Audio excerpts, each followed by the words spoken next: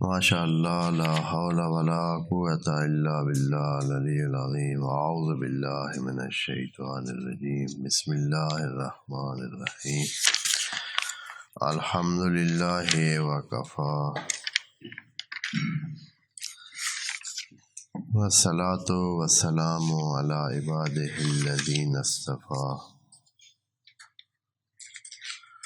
اما بعد فرب اشرح لی صدری ویسر لی امری واحلل عقدۃ من لسانی یفقہوا قولی وعلیکم السلام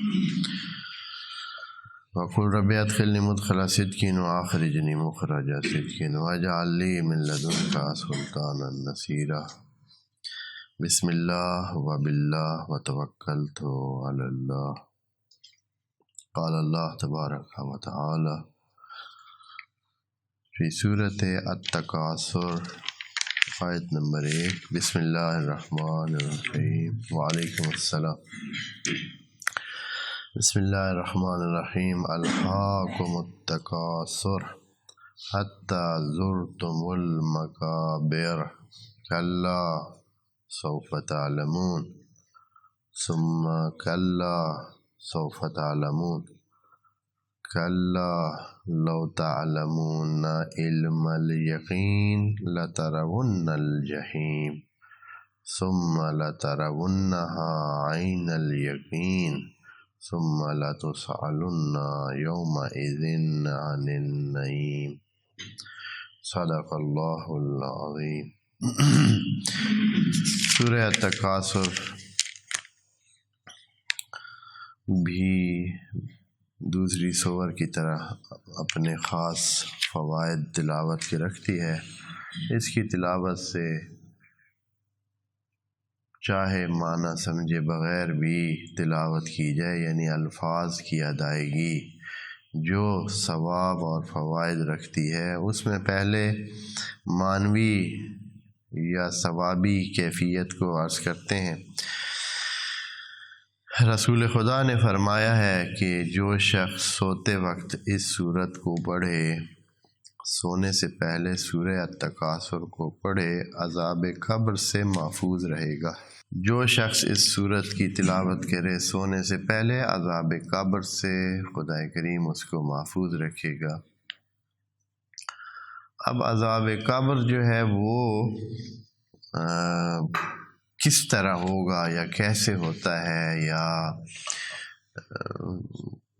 اس کی کیا صورتحال ہے، یہ ہمارے علم سے باہر ہے۔ چونکہ روایات میں احادیث میں اس طرح کی بات آئی ہوئی ہے تو ہمیں ماننا ہوتا ہے کہ ایسے ہی ہے۔ اب یہ کہ عذاب وہ کس انداز میں ہوتا ہے، بعض لوگ اس کو نہیں مانتے، لیکن بعض یعنی ہیں جنہوں نے بحث کی ہے کہ یہ عذاب قبر جیسی چیز کچھ نہیں ہے اور ہمیں کچھ نظر نہیں آتا ہے۔ تو اس طرح نہیں ہے، چونکہ عذاب یا جب بھی کوئی تکلیف ہوتی ہے وہ اس جسم کو تکلیف ہوتی نہیں ہے۔ جو تکلیف ہونی ہوتی ہے وہ کس کو ہوتی ہے؟ وہ تو روح کو ہوتی ہے۔ ابھی بھی ہم جب بے ہوشی کی حالت میں ہوں تو چاہے ہمارے جسم کو کاٹ دیں، ہمیں کیا پتہ چلتا ہے؟ ہاں جی، کوئی ہمیں پتہ نہیں چلتا ہے۔ عذاب دیں، کاٹیں، جیسے کہ ابھی بھی آپریشن کے دوران جب انسان کو بے ہوش کر لیتے ہیں تو ایک قسم کا اس کا جسم اور روح کا جو رابطہ ہے اس کو کیا کر دیتے ہیں؟ ویک کر دیتے ہیں۔ جسم و روح کے رابطے کو بہت کمزور کر دیتے ہیں، یعنی وہ جو چلتی نبض ہوتی ہے اس کو اتنا سلو کر دیتے ہیں کہ وعلیکم السلام، انسان ایک ایسی کیفیت میں ہوتا ہے جس میں سمجھیں کہ اس کے جسم اور روح کا رابطہ بہت کم ہو جاتا ہے۔ اب انہوں نے پہلے تو سارے اس طرح کرتے تھے، سب پورے جسم اور روح کا، اب جو ہے نا جزوی طور پر بھی کسی ایک حصے کو وہ اس کے جو رابطہ ہے مین شریان سے اس کا یا جس سے بھی وہ کام کر دیتے ہیں۔ نتیجہ یہ ہوتا ہے کہ اس ایریا کو پتہ نہیں چلتا ہے کہ اس کے ساتھ کیا ہو رہا ہے۔ تو جو قبر میں اگر ہوتا بھی ہے تو اس کا احساس روح کو ہونا ہے، جسم ممکن ہے کہ سامنے ایسے ہی پڑا ہو، کوئی کہے کہ جیسے کہ آج کل کچھ ہیں جو انہوں نے کیمرے لگا کے دیکھنے کی کوشش کی ہے کہ قبر میں کیا ہو رہا ہے، تو وہ کہتے ہیں کہ ہمیں تو کوئی خاص ایسی چیز نظر نہیں آئی ہے۔ تو اس کا مطلب یہ نہیں ہے کہ وہ اب تکلیف میں نہیں ہے یا اس کو وہ اس کے ساتھ برتاؤ نہیں ہو رہا، ہو سکتا ہے کہ اس کو ایک اور مثالی جسم دے کر اس کو تکلیف دے جا رہی ہو، لیکن ہمیں وہ چیز نظر نہ آ رہی ہو۔ اور یہ چیزیں ایسی ہیں کیونکہ آپ کو بتایا گیا کہ یہ ایک لباس ہے، یہ جسم ہمارا ایک لباس کی حیثیت رکھتا ہے، اور لباس کو جب مارتے ہیں، جب کوئی ڈنڈا لباس کے اوپر سے پڑتا ہے تو وہ لباس کو درد کراتا ہے یا جسم کو درد کراتا ہے؟ اور جسم پر اس کا اثر پڑتا ہے، اور جسم بھی خود روح کے لیے وہی لباس کی حیثیت رکھتا ہے۔ اصل میں اس کو کچھ نہیں ہوتا ہے، جسم کو تو ظاہری طور پر جتنی اس کی ظاہر، لیکن جو درد کا احساس ہے وہ آگے انسان کے روح کو ہوتا ہے۔ تو وہاں کیسے ہے خدا کریم، کس طرح یہ عذاب قبر کس طرح انسان کو ملتا ہے یا راحتی بھی ملتی ہے۔ دیکھیں نا، برزخ کے جو حالات ہیں اس میں دونوں چیزیں ہیں، جو اچھے لوگ ہیں ان کے لیے راحتی کا انتظام ہے، اور جو خراب لوگ ہوتے ہیں ان کے لیے خرابی کا انتظام ہوتا ہے۔ یعنی یہ جو انتظار گاہ ہے، برزخ کہتے ہیں کس کو جی؟ انتظار گاہ ہے۔ انتظار گاہ بھی ایک اس لیے کہ تاکہ سارے آ جائیں اور یوم القیامت ایک دن آخری عدالت ہو اور پھر سب کا مسئلہ طے ہو جائے۔ تو اس وقت تک ابھی جو پیچھے پہلے سے جو فوت ہونے والے ہیں، جو جانے والے ہیں اس دنیا سے، وہ سارے اب کس میں موجود ہیں؟ انتظار گاہ میں۔ خدا کریم نے انتظار گاہ میں بھی وہ انتظامات کر رکھے ہیں کہ جن کے اعمال اور جن کے رویے اور جن کے سلسلے صاف تھے ان کے لیے ایک اور انتظار گاہ ہے، اور جن کے خرابیاں تھیں، جن میں مسئلے تھے، گناہ تھے، تو ان کے انتظار گاہ میں ان کے لیے علیحدہ انتظامات ہوئے ہیں، اور وہ ابھی اسی سے ہی برت رہے ہیں۔ تو اب برزخ میں موجود ہیں۔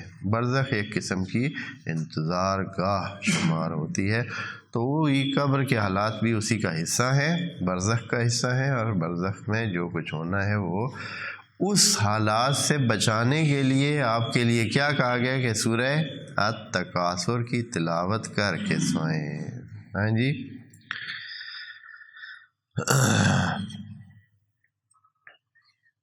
اب اس کے بعد ایک اور بہت بڑا ثواب یہ درج ہے امام جعفر صادق علیہ السلام سے ہے کہ اگر کوئی بندہ اس سورت کو اپنی واجب نمازوں میں حمد کے بعد پڑھتا ہے تو 100 شہید کا اس کو ثواب ملے گا، اور فرشتوں کی 40 صفیں اس کے ساتھ مل کر نماز پڑھیں گی، اور ان سب کا ثواب بھی کس کو ملے گا؟ اس بندے کو ملے گا جو سورہ التکاثر کو اپنی واجب نمازوں میں شامل کرے، اور اگر کوئی اس کو اپنی نافلہ میں شامل کرے تو اس کو 50 شہیدوں کا ثواب ملے گا۔ جی، یہ ابھی تو ایسے سننے والے سن لیتے ہیں اور کوئی اس کو کیا کرتا ہے، اس لیے کہ سارا سودا ہے ادھار کا، اور ادھار سے تو ہمیں اتنی دلچسپی، وعلیکم السلام، ادھار سے ہمیں کوئی دلچسپی عام طور پر نہیں ہوتی ہے۔ دیکھیں نا، ہمیں پتہ ہے کہ ہم پڑھیں گے، بہتر پڑھیں گے تو کیا کریں گے، آئندہ ہمارے لیے بہت اچھا ہوگا، خب مسلم، اور کچھ بھی نہ ہو تو خود انسان کتنا بہتر ہوگا، بہتر انسان ہوگا، اپنی زندگی کے لیے بھی ہوگا۔ ہاں، چلے مثلا نوکری کے چکر بھی نہ ہو، خود شخصیت انسان کی کتنی بہتر ہوگی جب انسان ایک پڑھا لکھا انسان ہوگا۔ یہ وعدہ ہے سب کے ساتھ، اور پکا وعدہ ہے، لیکن ہمیں ادھار والی کہانی نہیں ہے۔ جو آج ملنا ہے یا جو کل ملنا ہے، اگر ایسی کوئی بات ہے تو پھر ہم آپ کو پڑھ کے دکھاتے ہیں جی، جو ابھی پڑھیں اور پھر ساتھ ہی کیا ہو جائے، مل جائے۔ جیسے کہ مثلا ختم قرآن پر پھر فرض کرو کہ ہاں جی، ادھر سے ختم قرآن کیا اور ادھر سے کیا ہوا، ہیں جی، نیاز کا انتظام ہو گیا، اور بس اس طرح کچھ ہوتا تو پھر تو بہت اچھا ہوتا، پھر تو بہت سارے پڑھنے کی کوشش کرتے ہیں۔ لیکن یہ جو ادھار کا سودا ہے، یہ انسان سرے سے اسی طرح ہی ہے کہ وہ دور والی بات کو اتنا نہیں کرتا، چاہے اس کی اپنی زندگی میں اور دنیاوی مسائل میں بھی ہو۔ وعلیکم السلام۔ اور پھر مانوی مسائل ہیں جی، یہ تو آنکھوں دیکھی چیز ہے کہ ایسے ہو رہا ہے، آپ دیکھ رہے ہیں کہ جو پڑھ کے آئے ہیں ان کے حالات کیا ہیں، اور جو ان پڑھ ہیں آنکھوں کے سامنے موجود ہیں، مثالیں موجود ہیں، اور خدا کی بتائی ہوئی باتیں تو کیا ہیں، ابھی کی بھی دیکھ کے واپس نہیں آیا ہے، کسی نے دیکھی نہیں ہے۔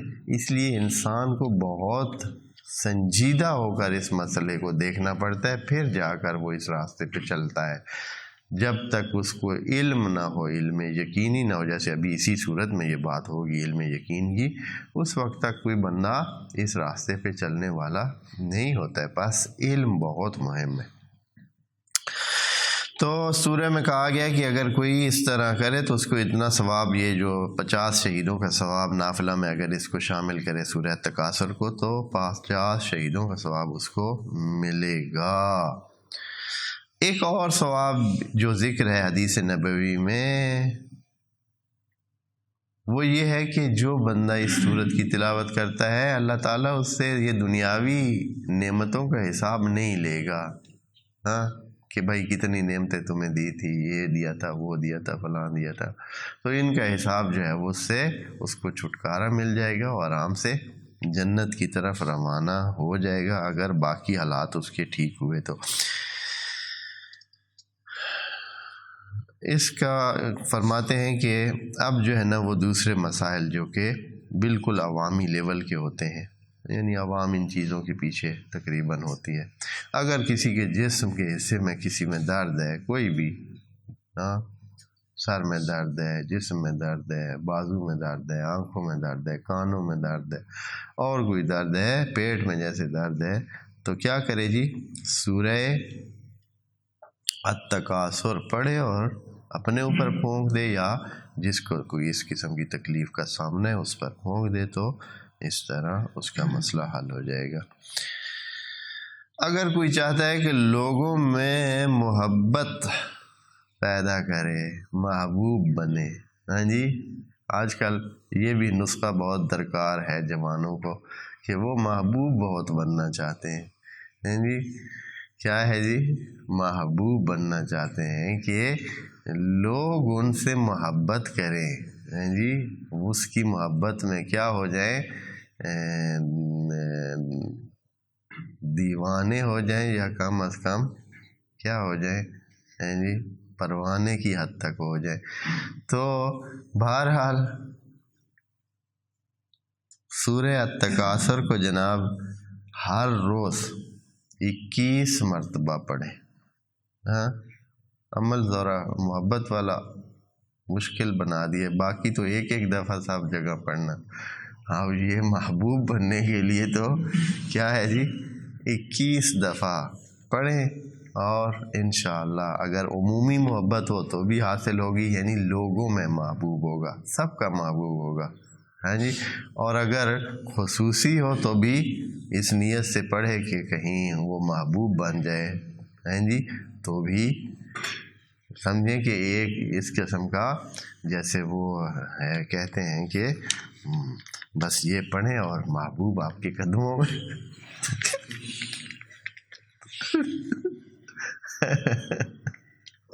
ہیں جی، تو البتہ یہ محبوب بننے کے لیے، ہاں جی، محبوب بننے کے لیے، نہ یہ کہ آپ کی محبت بڑھانے کے لیے، یہ نہیں کہ آپ محبت زیادہ کریں، آپ تو پہلے ہی محبت بہت کرتے ہیں ماشاءاللہ، ہاں جی، محبت تو مطلب ہے آپ کی رڑ رہی ہے، اور وافر مقدار میں موجود ہوتی ہے جوانوں میں۔ مسئلہ دوسری طرف سے ہوتا ہے کہ وہ آیا ادھر آدمی محبوب واقع ہو۔ بہرحال ہاں یہاں ویسے لوگوں میں یہ لکھا ہے کہ اپنے آپ کو محبوب بنانے کے لیے اس سورت کی سورہ التکاثر کی 21 مرتبہ روزانہ کسی ایک ٹائم میں تلاوت کرے تو باذن اللہ وہ اپنے انشاءاللہ نیک مقصد میں، اگر نیک مقصد ہے تو کامیاب ہوگا۔ اب آتے ہیں اس کے معنوی اور معرفتی اور علمی پہلو کی طرف کہ ہم سمجھ جائیں خدا کریم نے ہمارے ساتھ کیا بات کی ہے۔ ہاں اگر خدا محبوب ہو تو محبوب کی باتیں کتنی اچھی لگتی ہیں۔ انسان چاہتا ہے کہ محبوب کے ساتھ کیا کرے؟ بات کرے۔ ہاں اللہ کو محبوب بنائیں اور باتیں کریں۔ اب خدا نے باتیں کی ہیں تو یہ باتیں بھی سن لیں۔ ہاں جی، خدا کریم نے اس صورت میں سورہ التکاثر میں جو پہلی آیت ہے، اس میں کوئی آغاز میں ایسی بات جیسے باقی صورتوں میں، بہت ساری صورتوں میں کوئی آغاز کسی اور طریقے سے کیا ہے، مثلا کچھ ایسے حروف بولے ہیں جیسے الف لام میم، یا یہ ہے کہ خدا نے اپنی تسبیح سے شروع کیا ہے سبح للہ یا یسبح للہ، یا کسی اور۔ یہاں ڈائریکٹ خطاب کیا ہے انسانوں کو، اور خطاب میں ایسے کہ جیسے آتے ہی شروع ہی ڈانٹ سے، کام شروع ہی کدھر سے ہوا ہے جی؟ ڈانٹ ڈپٹ سے، سختی سے، ایسے لہجے میں فرمایا الہاکم التکاثر، اے انسانوں آپ لوگ کثرت کے دل دادا ہو گئے۔ کثرت کے دل دادا ہونے کے بعد صرف اتنا نہیں بلکہ تکاثر کے دل دادا ہو گئے۔ کثرت کا مطلب یہ ہوتا ہے کہ انسان خود کے لیے ایک چیز کو زیادہ پسند کرتا ہے، اور انسان ہر چیز میں زیادہ ہی پسند کرتا ہے۔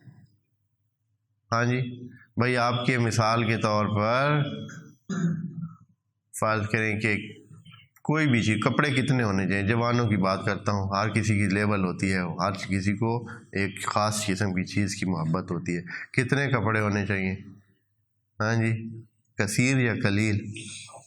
وہ یقیناً ہر بندہ چاہے گا کہ اس کے کپڑے بہت سارے ہوں۔ جوتے کتنے ہوں؟ بہت ہوں۔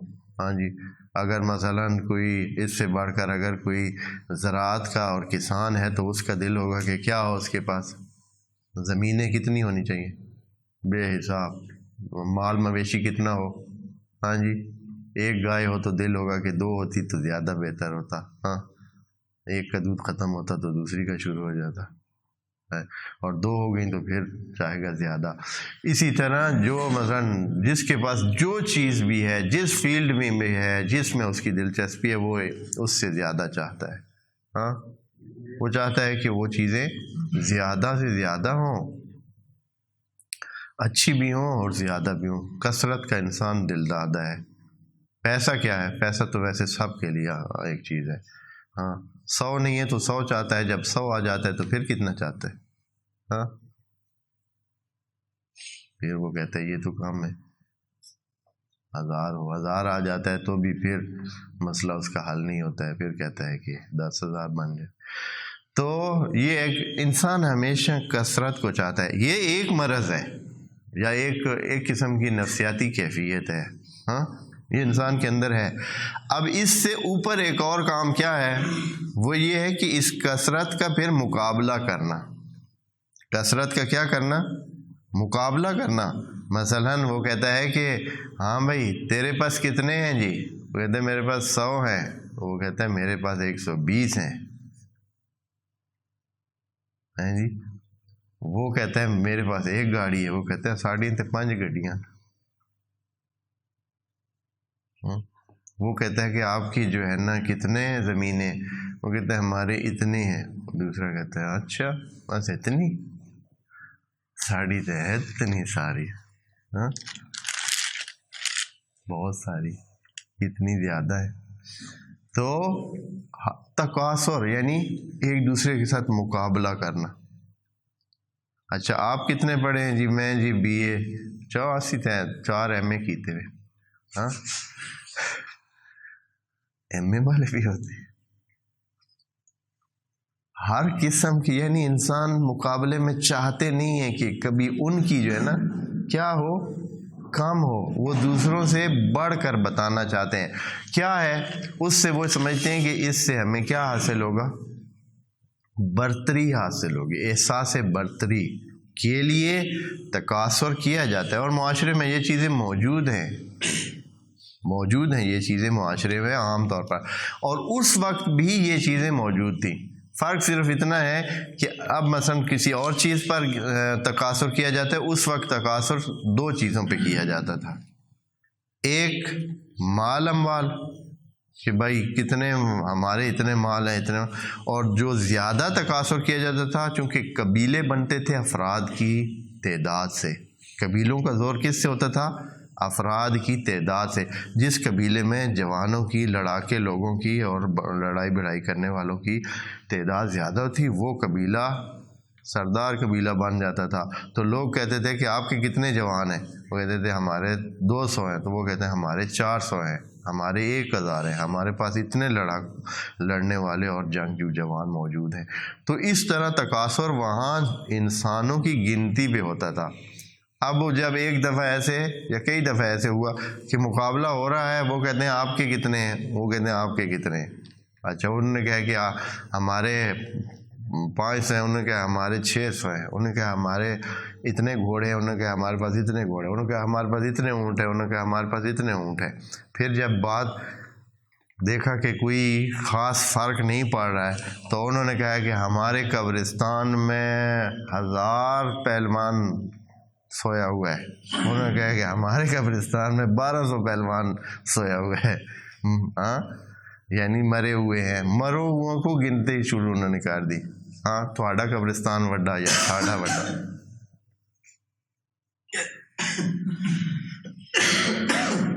یعنی جب گنتی کی کوئی چیز وہ اس طرح جب کسی اس پہ برتری نہیں ہوتی ہے، تو پھر کیا کرتے ہیں، حتیٰ قبرستانوں کو تک کو بھی گننا شروع کر دیتے ہیں۔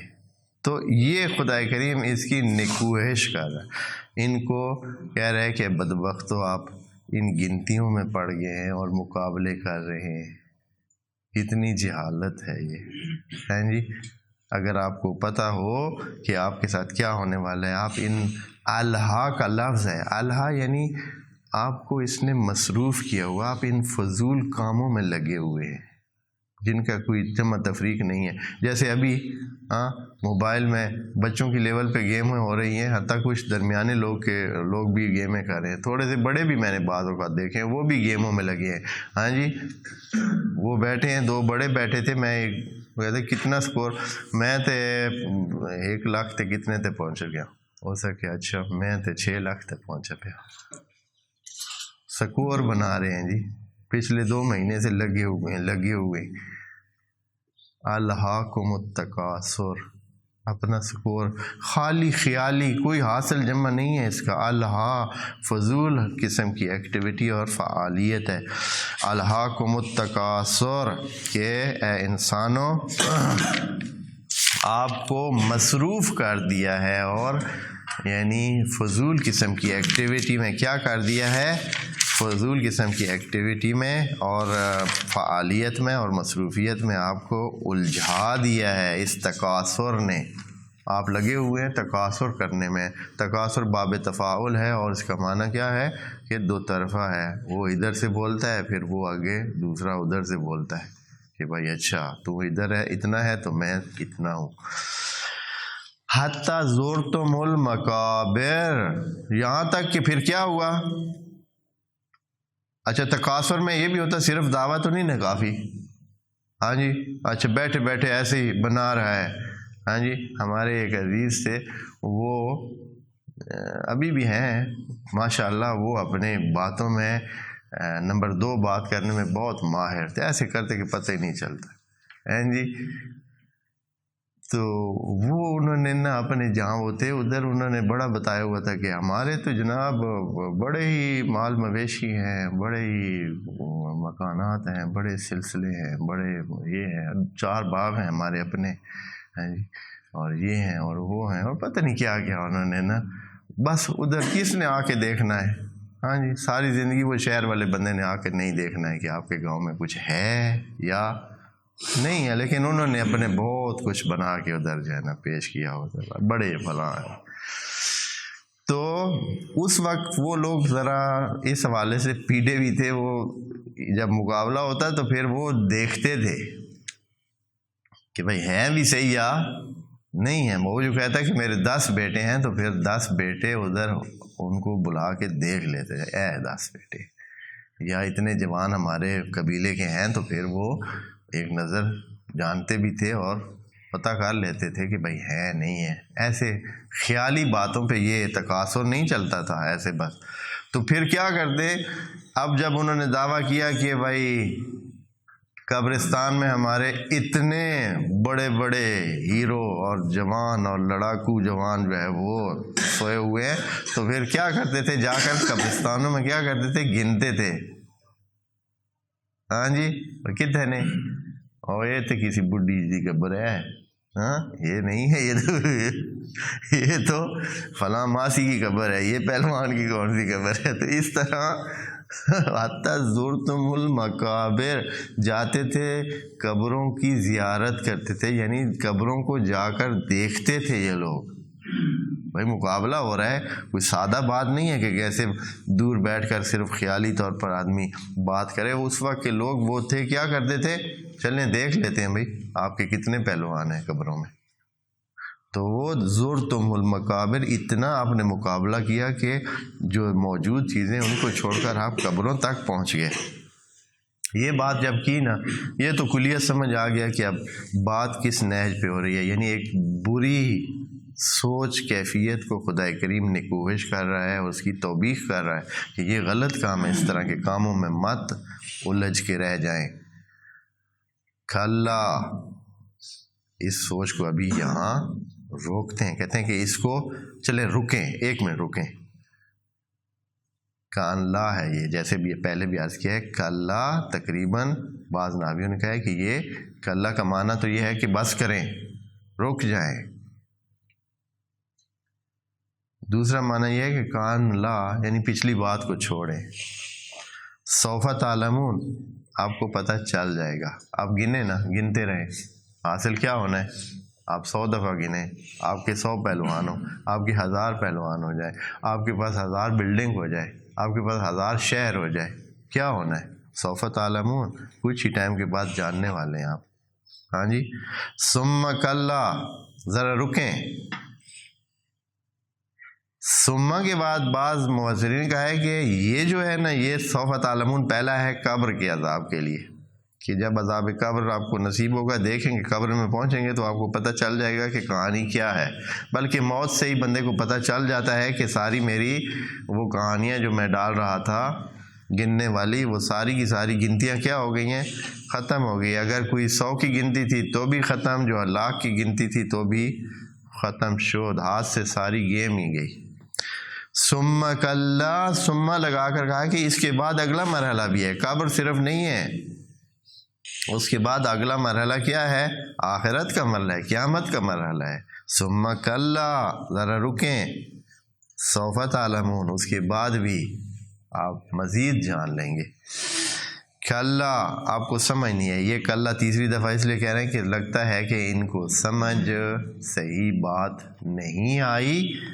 لو تعلمون علم الیقین، یہ اب خدا کریم کہہ رہے ہیں کہ آپ لوگ جاہل ہیں، یعنی جو لوگ ان کاموں میں پڑھتے ہیں وہ حقیقت حال سے کیا ہیں، جاہل ہیں، کہ ان کی زندگی ضائع ہو رہی ہے اور لہو و لعب میں مصروف ہیں اور اپنی زندگی کو اس طرح تلف کر رہے ہیں صرف گنتیوں میں۔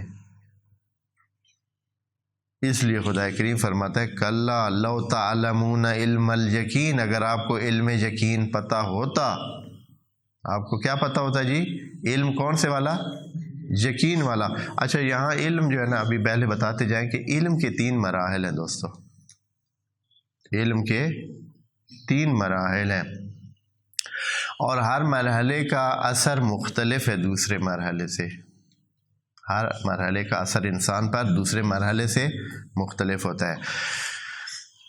پہلا درجہ یعنی کم ترین درجہ علم الیقین ہے، یہ جو بھی ادھر ذکر ہوا ہے پہلی لائن میں، علم یقین، یہ ذرا سنیں اور اس کو سمجھیں، یہ آپ کے کام آئے گی یہ بات جو ابھی کرنے والے ہیں۔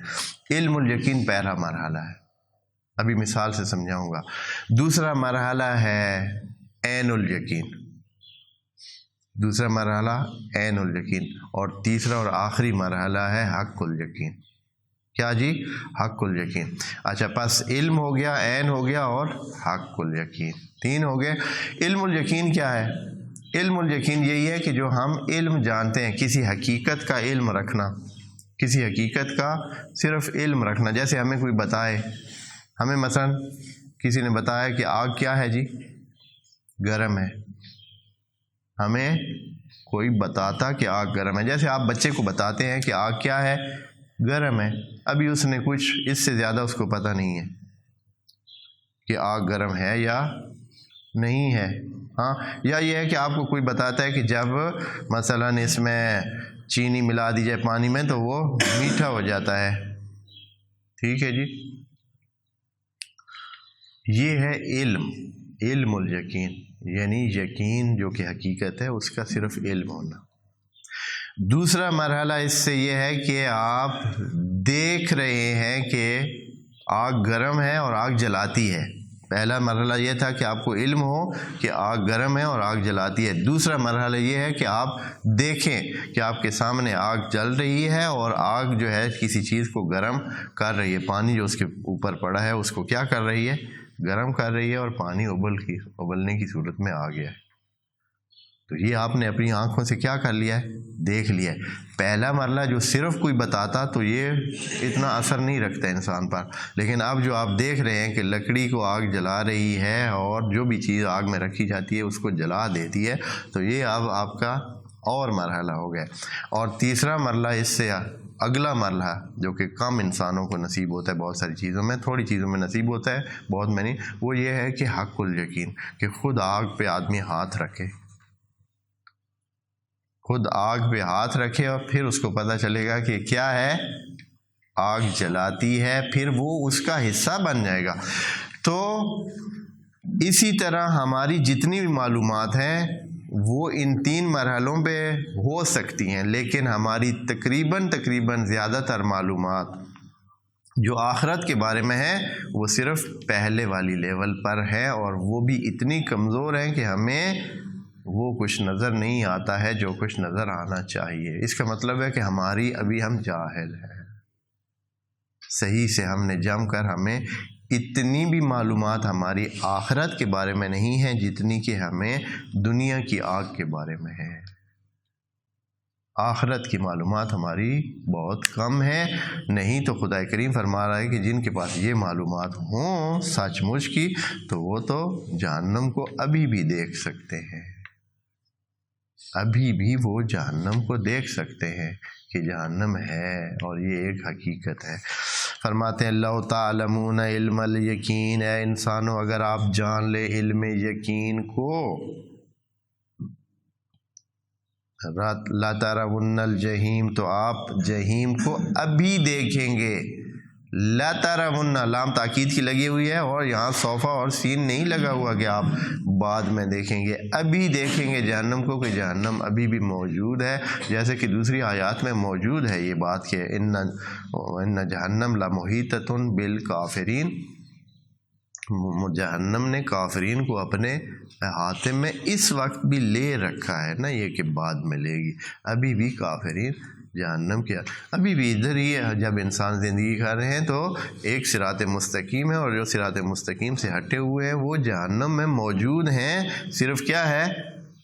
یوم تبلی السرائر یا انکشفت الغطاء، جب اس دن پردے ہٹیں گے تو کیا ہو جائے گا؟ نظر آئے گا کہ یہ تو کب سے جہنم میں پھر رہا ہے۔ اس کی جہنمی آگ سے کیا ہوتا ہے؟ دوسرے بھی متاثر ہوتے ہیں۔ جس بندے کی زندگی سے دوسرے تکلیف میں ہوں تو سمجھیں کہ وہ بندہ کس میں ہے؟ وہ جہنم کا ایک بگولا ہے آگ کا، جس کی وجہ سے آس پاس کے لوگ بھی جل رہے ہیں۔ یہ ایک حقیقت ہے، اور خدا کریم اس وقت سامنے لائے گا کہ ہاں اس بدبخت کی وجہ سے، اسی لیے آپ جانتے ہیں کہ بعض اوقات جہاں عذاب ہو رہا ہوتا تھا تو انبیاء اس سے کیا کرتے تھے؟ دور ہونے کی کوشش کرتے تھے کہ یہ آگ اتنی زیادہ ہوتی ہے کہ اس کی جو گرمی ہے وہ دوسروں تک بھی پہنچ سکتی ہے۔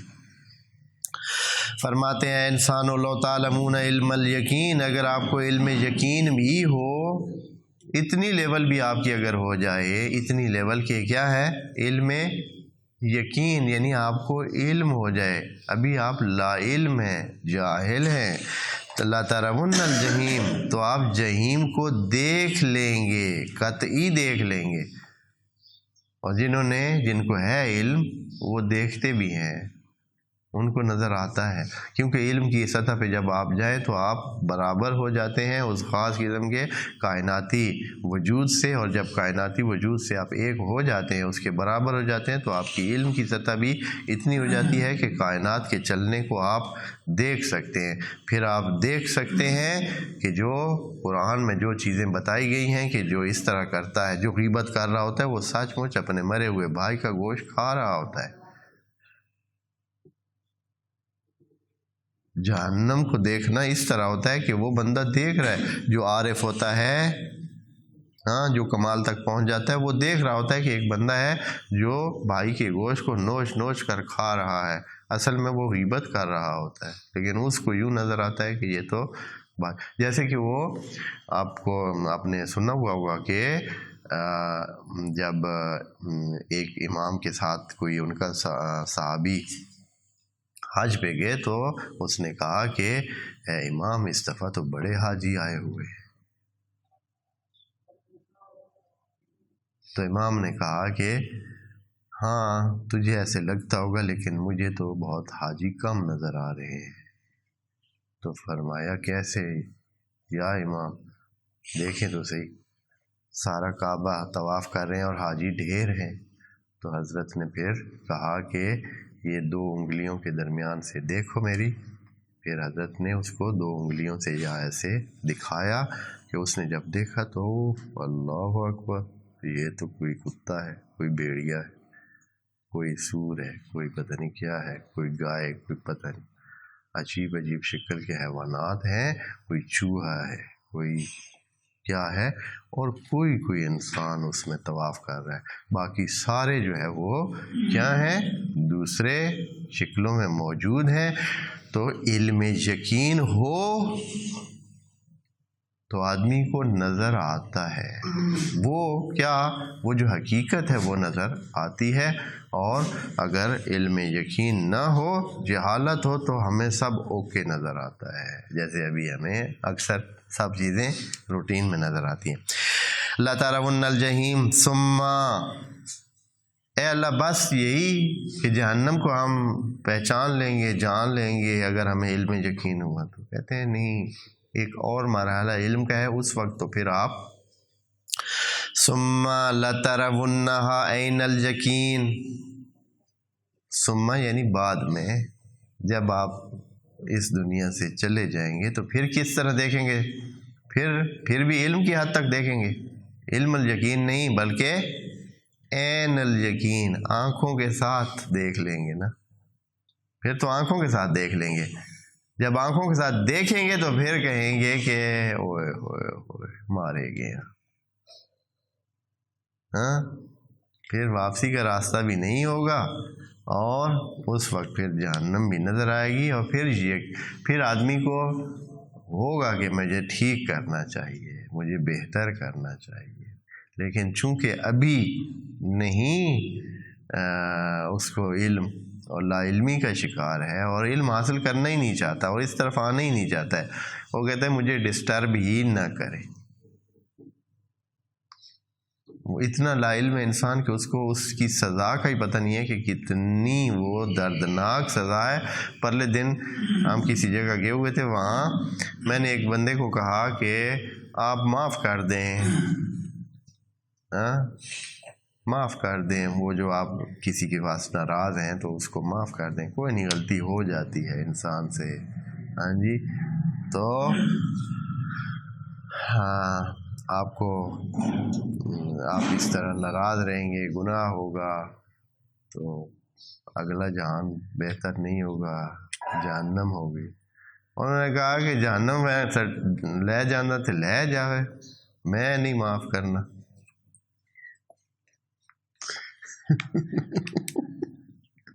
اور یہ گستاخی، یہ جرات کون کر سکتا ہے؟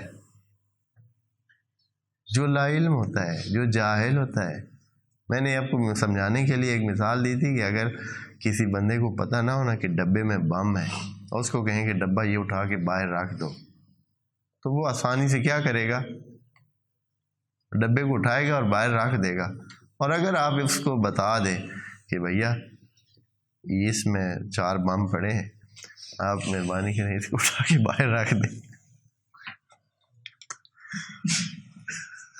ہاں، تو پھر کیا ہوگا جی؟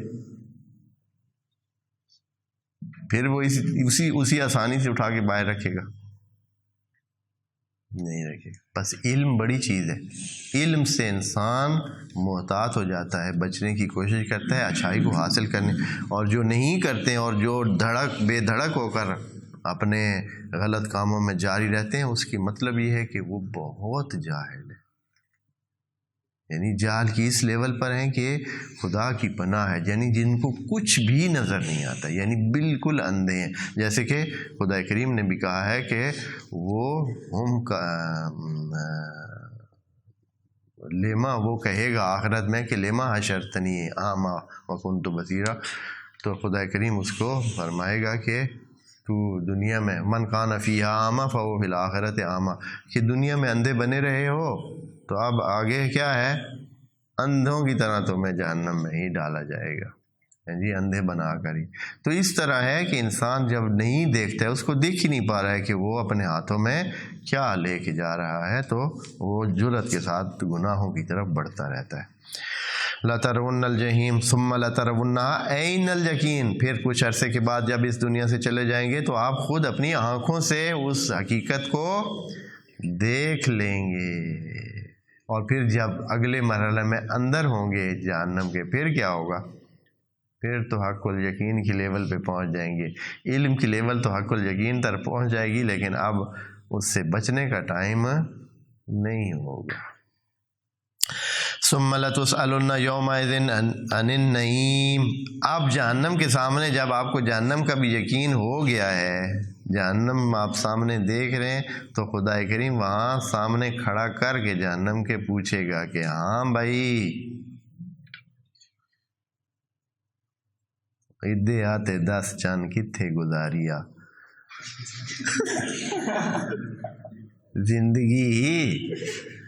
زندگی نعمت ہے،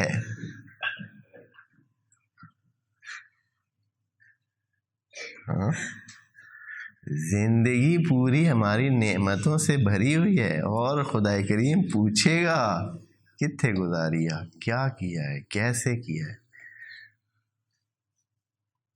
ہاں؟ ایک ایک لمحے کا پوچھے گا۔